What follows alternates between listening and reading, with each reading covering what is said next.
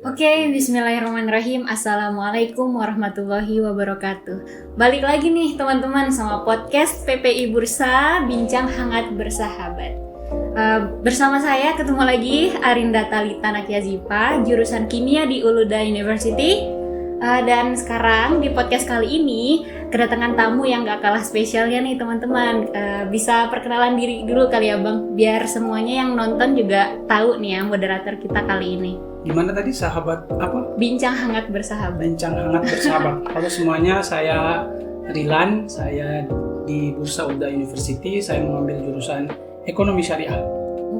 Ekonomi Syariah guys. Hari ini kita ngambil temanya yang penting juga nih buat kehidupan mahasiswa ya Bang kayaknya ya di PPI Bursa ini, yaitu konsumsi sosial media dan anak muda. Wah, ini sangat relate sama kehidupan kita ya teman-teman. Jadi langsung aja nih. Pertama itu ada konsumsi. Ini ada 3 kata sebenarnya ya Bang ya. 3 kata ini memiliki sinambung atau makna yang sama atau gimana nih Bang? Berarti kenapa kita ngomongnya tuh kenapa disambung sama apa hubungannya gitu? Apa hubungannya? Menarik sih sebenarnya kalau kita lihat ngomongin anak muda dan sosial media kan, kalau itu kayaknya sebuah hal yang sudah beririsan. Kita pas baca pun langsung tahu anak muda zaman sekarang pasti sudah bersosial media dan seterusnya. Apa yang kita lakukan hari ini adalah manifestasi dari betapa kita anak muda dekat dengan sosial media kan. Tapi kenapa ada konsumsi di situ? Nah, jadi itu. Mungkin kita mulai terlebih dahulu dengan membahas itu kali ya, konsumsi itu dan lingkupnya seperti apa. Nah, bagi saya pribadi dan bahkan berdasarkan keilmuan saya juga, 7 tahun lebih saya belajar ekonomi dan ekonomi syariah, saya paham betul bahwa segala sesuatu itu bermula dari konsumsi. Segala sesuatu. Dalam konteks perekonomian, bahkan juga dalam konteks kehidupan secara umum. Saya kasih contoh, dan kenapa konsumsi? Saya kasih contoh seperti ini. Dan bahkan begini juga, Tata, teman-teman semuanya. Ada yang bahkan bilang bahwa konsumsi itu ilmu tertua di sejarah umat manusia. Wah, kenapa seperti itu? Maksudnya?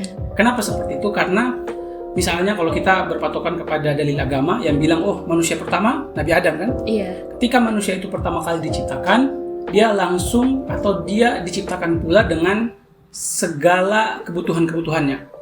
Pasti kita lapar, benar? Iya, itu hal pertama dalam kehidupan ya. Hal pertama yang kita pikirkan pasti bagaimana caranya saya bertahan hidup, survive.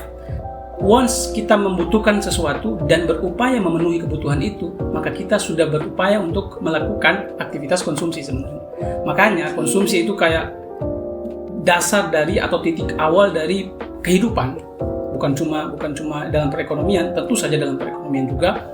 Itulah mengapa saya rasa untuk membahas konsumsi itu menjadi satu hal yang fundamental. Mungkin ke situ dulu ya, menjadi dasar yang benar. Jangan berat-berat dulu ya.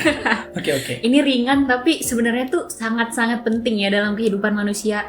Karena manusia emang nggak bisa hidup juga nih Bang ya tanpa konsumsi ini. Terus menurut Abang nih, konsumsi ini sebenarnya seluas apa sih cakupan makna dari konsumsi ini? Oke, itu pertanyaan yang bagus banget. Memaknai konsumsi dan cakupan ruang lingkupnya itu penting untuk supaya kita bisa menggunakan paradigma itu untuk juga menjelaskan sisi-sisi kehidupan yang lain. Nah, kalau saya bilang tadi dan saya selalu mengatakan bahwa konsumsi itu selalu menjadi titik awal dari kehidupan, itu bukan semata-mata tanpa alasan ya, karena sudah saya sampaikan tadi argumentasinya. Dan lebih daripada itu sebenarnya saya percaya bahwa siapa kita itu ditentukan dari apa yang kita konsumsi, dan apa yang kita konsumsi itu tidak terbatas pada apa yang kita makan dan kita minum. Nah ini nih, konsumsi itu ternyata teman-teman ya bukan cuma tentang makan sama minum. Konsumsi itu apa nih Bang? Konsumsi itu adalah segala sesuatu yang kita habiskan nilai ekonomisnya atau nilainya secara umum. Untuk apa? Kalau dalam bahasa ekonominya disebut dengan untuk memperoleh utilitas. Itu konsumsi. Misalnya, saya minum segelas air di sini. Misalnya contoh ya. Yang saya lakukan adalah menghabiskan atau menengguk satu tegukan air tadi. Supaya apa? Supaya air tersebut bisa memberikan manfaat untuk saya. Itu dalam konteks cakupan makan dan minum. Saya bisa makan kue yang ada di depan kita ini, yang kayaknya nggak kelihatan di kamera. Nah, dalam konteks yang lebih luas, saya bisa menggunakan handphone untuk melihat pembicaraan kita misalnya, membuka YouTube PPI Bursa dan menonton podcast ini misalnya, yang saya lakukan adalah mengambil atau menggunakan atau menghabiskan nilai dari video itu, yang kemudian nilai itu terserap ke dalam diri saya menjadi sebuah manfaat. Nah, itu cakupan konsumsi. Jadi apapun yang kita baca, yang kita lihat, tentu saja kita makan, kita minum itu, ya, itu udah pasti lah ya. Kita baca, kita lihat, kita dengar, kita alami, kita semuanya, itu semua termasuk yang masuk dan terserap ke dalam diri kita, itu semua termasuk dalam cakupan konsumsi. Jadi sebesar apa ruang lingkup dan cakupan konsumsi, sebesar itu. Oke, jadi semua apapun itu yang masuk dalam tubuh kita dan bermanfaat, kiranya itu termasuk konsumsi nih. Benar-benar. Dalam lingkup, dalam konteks mahasiswa atau pelajar ya, nih untuk kayak kita ini ya Bang ya, bagaimana cara kita memaknai konsumsi ini dengan baik gitu? Jadi kita mulai bergeser ke bagaimana konteks konsumsi itu dalam ruang lingkup pelajar ya. Iya. Nah, itu juga satu bahasan yang penting supaya kita bisa melihat itu dari kacamata pelajar, konsumsi dari kacamata pelajar. Nah, itu sebenarnya menjadi bahan penelitian saya yang dalam 2 atau 3 tahun terakhir menjadi fokus penelitian saya, atau lebih tepatnya sudah menjadi fokus penelitian saya di dalam bidang ekonomi syariah ini. Tepat banget selama kita ngomong sama orangnya. Ya, selama bertahun-tahun. Dan seperti yang saya sampaikan tadi, karena kita sama-sama bersepakat bahwa konsumsi bukan cuma soal makan dan minum, dan konsumsi itu cakupannya sangat luas, berhubungan dengan apa yang kita baca, apa yang kita lihat, apa yang kita nonton, apa yang kita subscribe mungkin, apa yang kita sedang saksikan mungkin. Kan orang mungkin tidak nonton PPI Bursa, itu tidak salah kan misalnya. Nah, seluruh itu ya menentukan siapa diri kita. Nah, kalau kita pakai argumentasi itu untuk kemudian melihat konteks pelajar misalnya, artinya kita hanya boleh menyebut diri kita pelajar kalau kita membiarkan diri kita terekspos dengan suasana belajar itu. Apa itu suasana belajar? Atau elemen-elemen yang berhubungan dengan belajar? Membaca misalnya, atau menulis misalnya, atau sesederhana mungkin pergi kuliah, aktif dalam organisasi, membaca buku dan lain seterusnya. Nah, orang yang kemudian tidak membiarkan dirinya terekspos dengan ini, harusnya tidak bisa dengan begitu bangganya atau dengan percaya diri menyebut dirinya pelajar ya.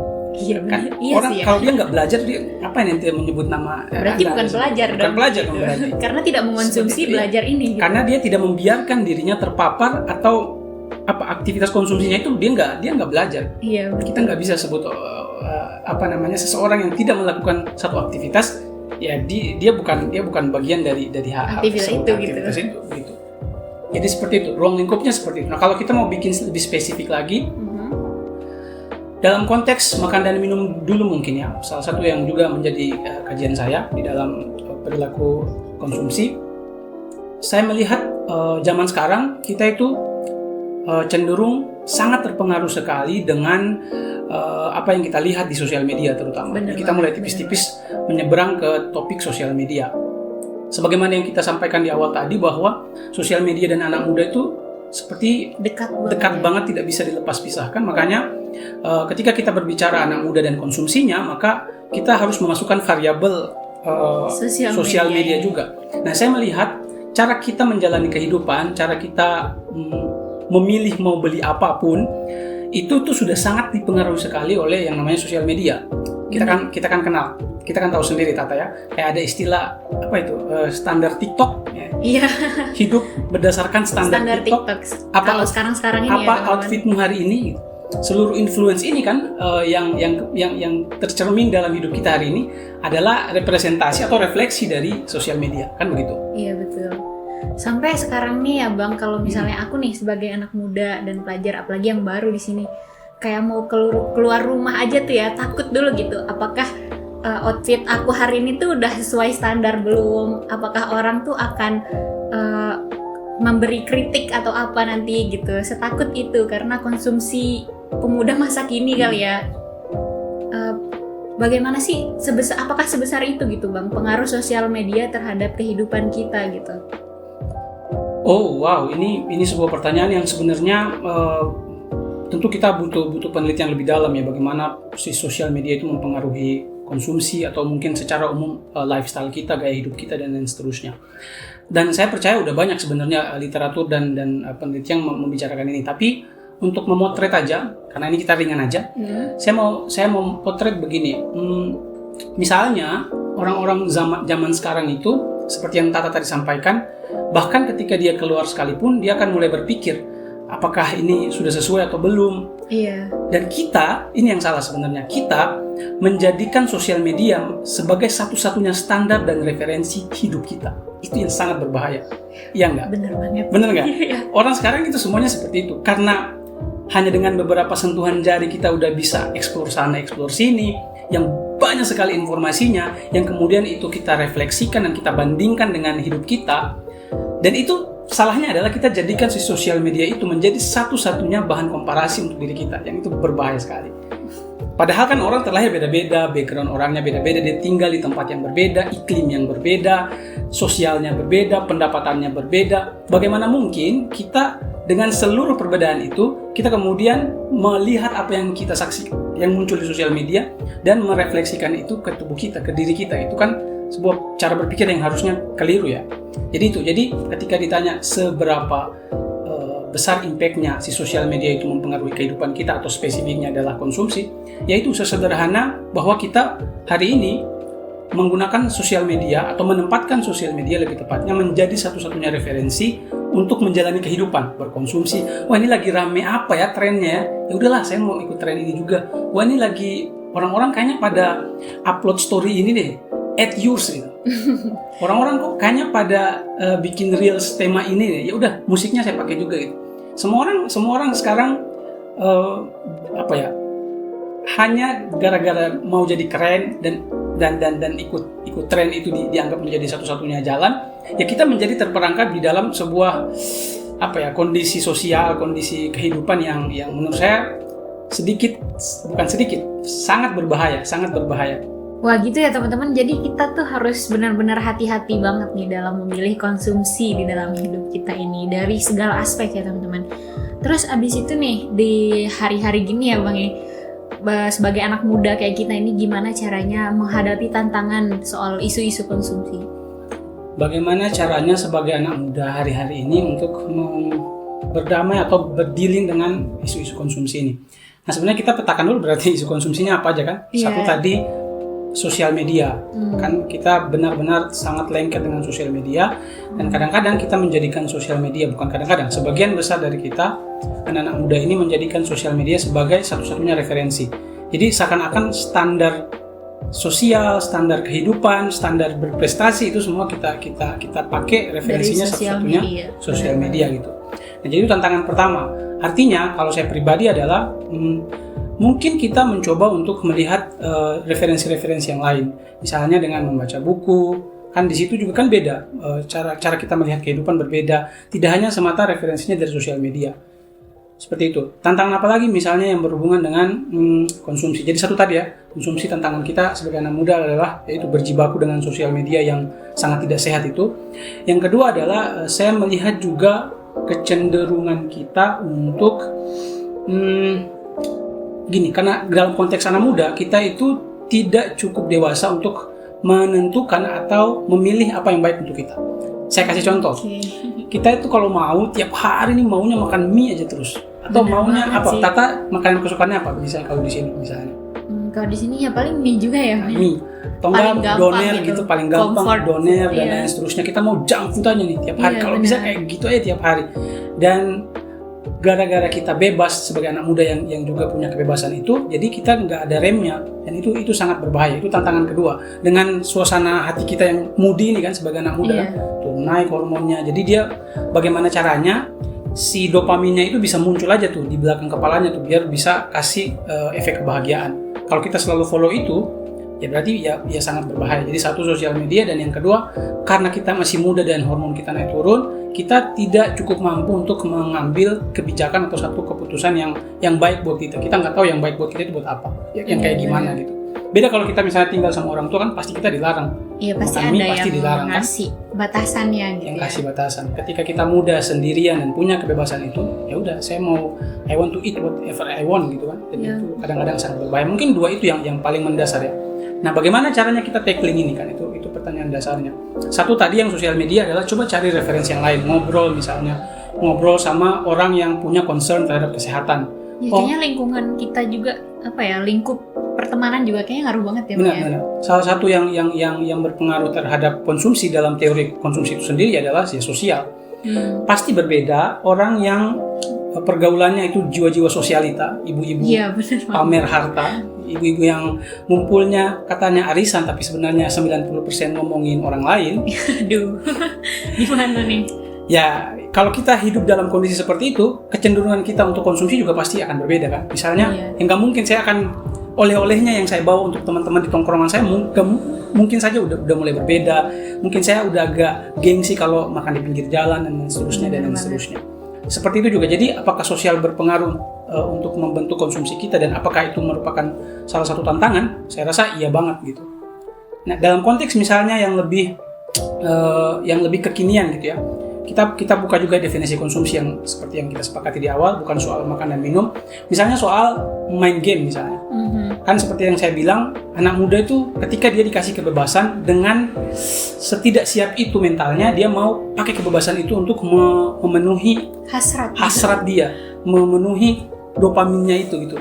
Nah, saya kemarin beberapa waktu lalu sering ngobrol juga dan saya melihat salah satu yang menjadi masalah di kita, terutama mungkin di lingkungan bursa, adalah anak-anak yang main game dari pagi ketemu pagi. Benar banget tuh Bang. Ya, ini kan konsumsi juga kan? Iya benar. Berhubungan dengan kan tadi kita sepakat apa yang dia alami, apa yang dia baca, apa yang dia lihat, apa yang dia indranya rasakan, resapi lah.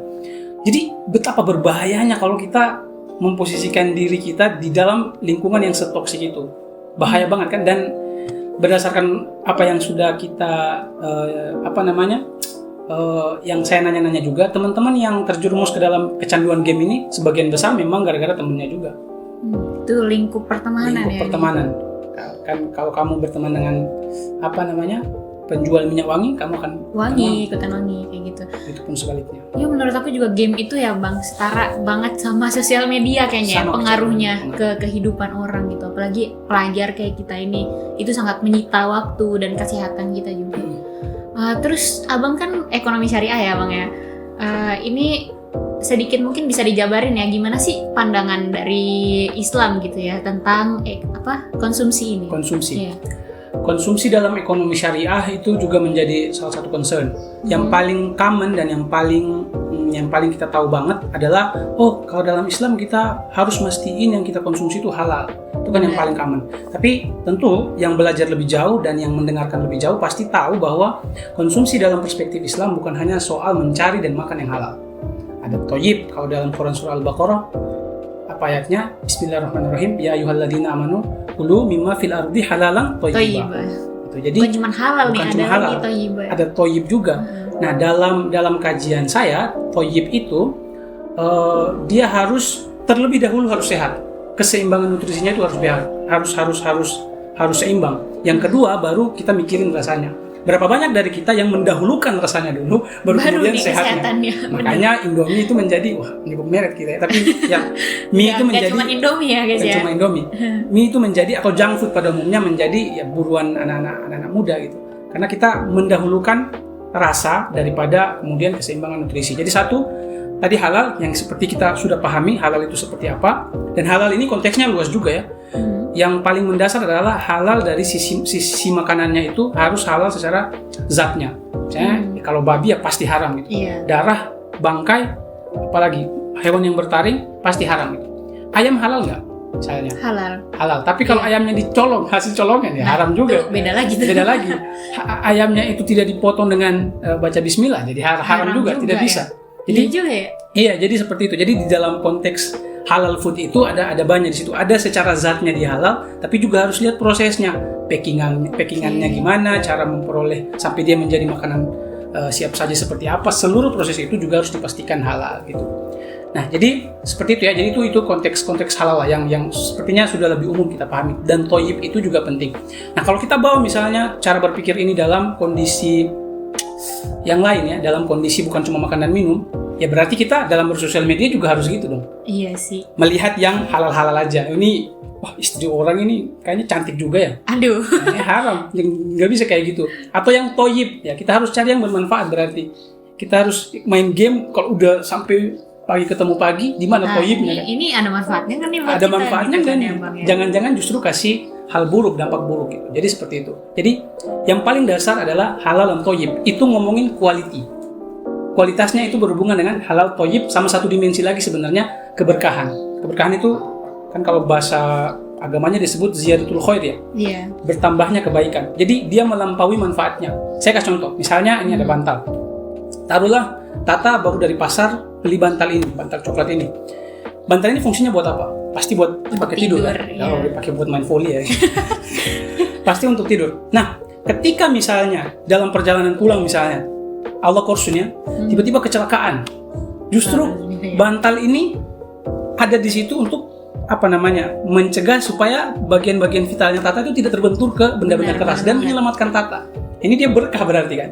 Dia juga ya. melampaui tugas harusnya. Tugas harusnya kan buat tidur doang ini. Iya. Nah, atau kita beli laptop. Taruhlah laptop ini harganya misalnya 10 juta.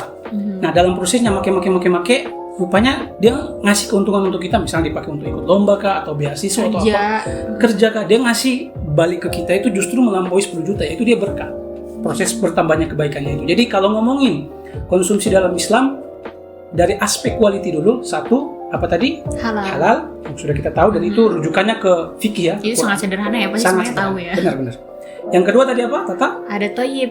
Toyib. Teman-teman. Baik, dia harus baik secara nutrisi dulu kalau dari konteks makanan. Kalau dalam sehari-hari ya dia bermanfaat atau enggak aktivitas. Yang ketiga tadi keberkahan.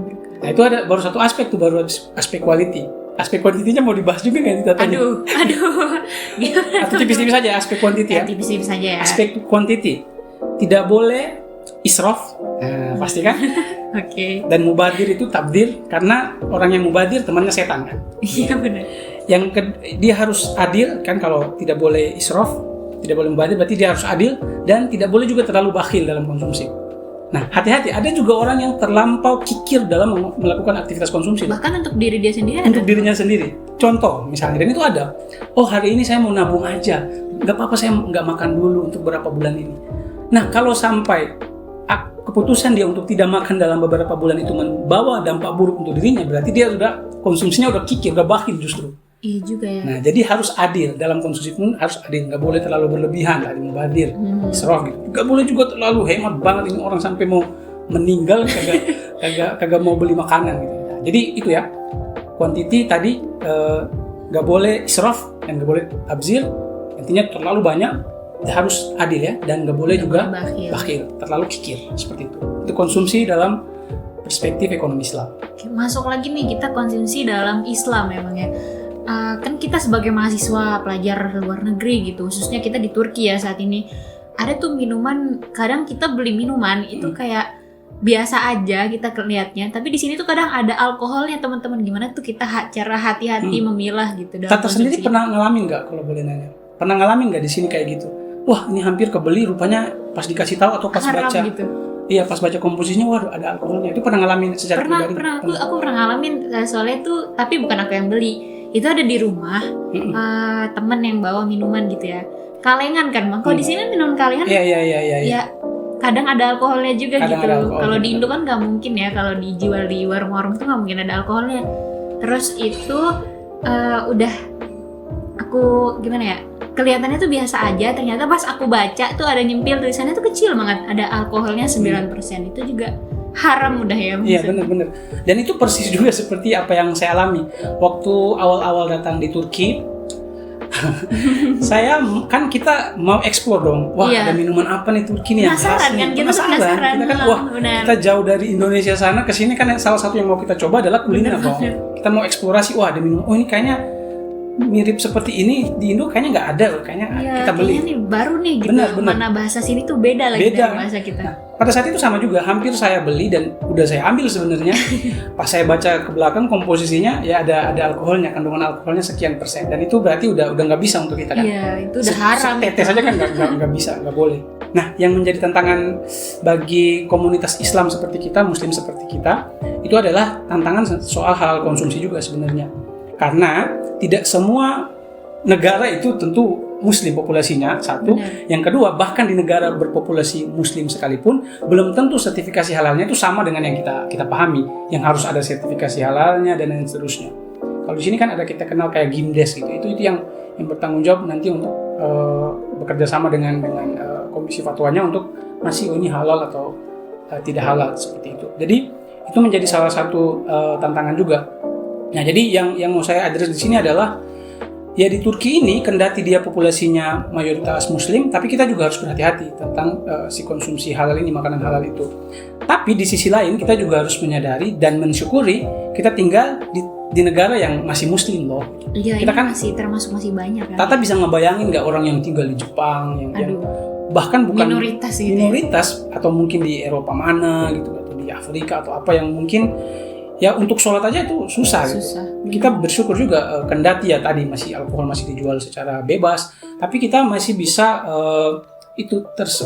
lebih gampang lah untuk kemudian cari dan mendapatkan halal konsumsi seperti itu. Itu kali ya. Oke. Mungkin di sini yang aku simpulin dari pembahasan kita hari ini ya guys, kayak konsumsi itu ternyata bukan tentang makanan dan minuman.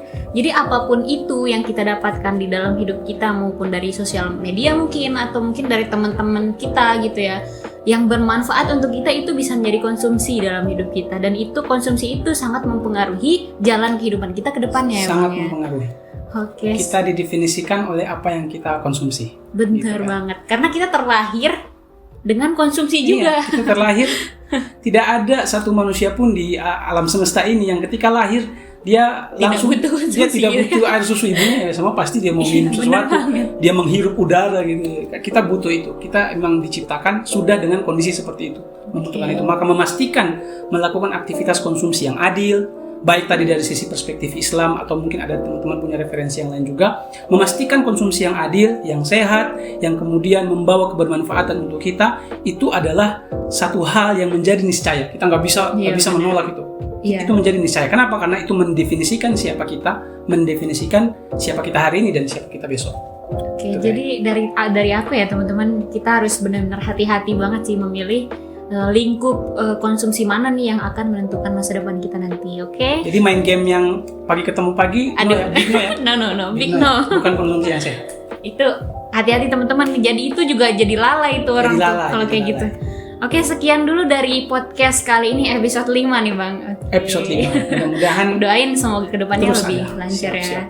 Terima kasih sudah dihadirkan di sini. Mudah-mudahan membawa kebermanfaatan. Mohon maaf kalau ada salah-salah buat Tata dan buat teman-teman juga. Terima kasih banget nih juga udah mau datang ke podcast kita ini. Terima kasih. Sekian dari aku moderator dan sekian dari saya sebagai narasumber Rilan. Oke, wassalamualaikum warahmatullahi wabarakatuh.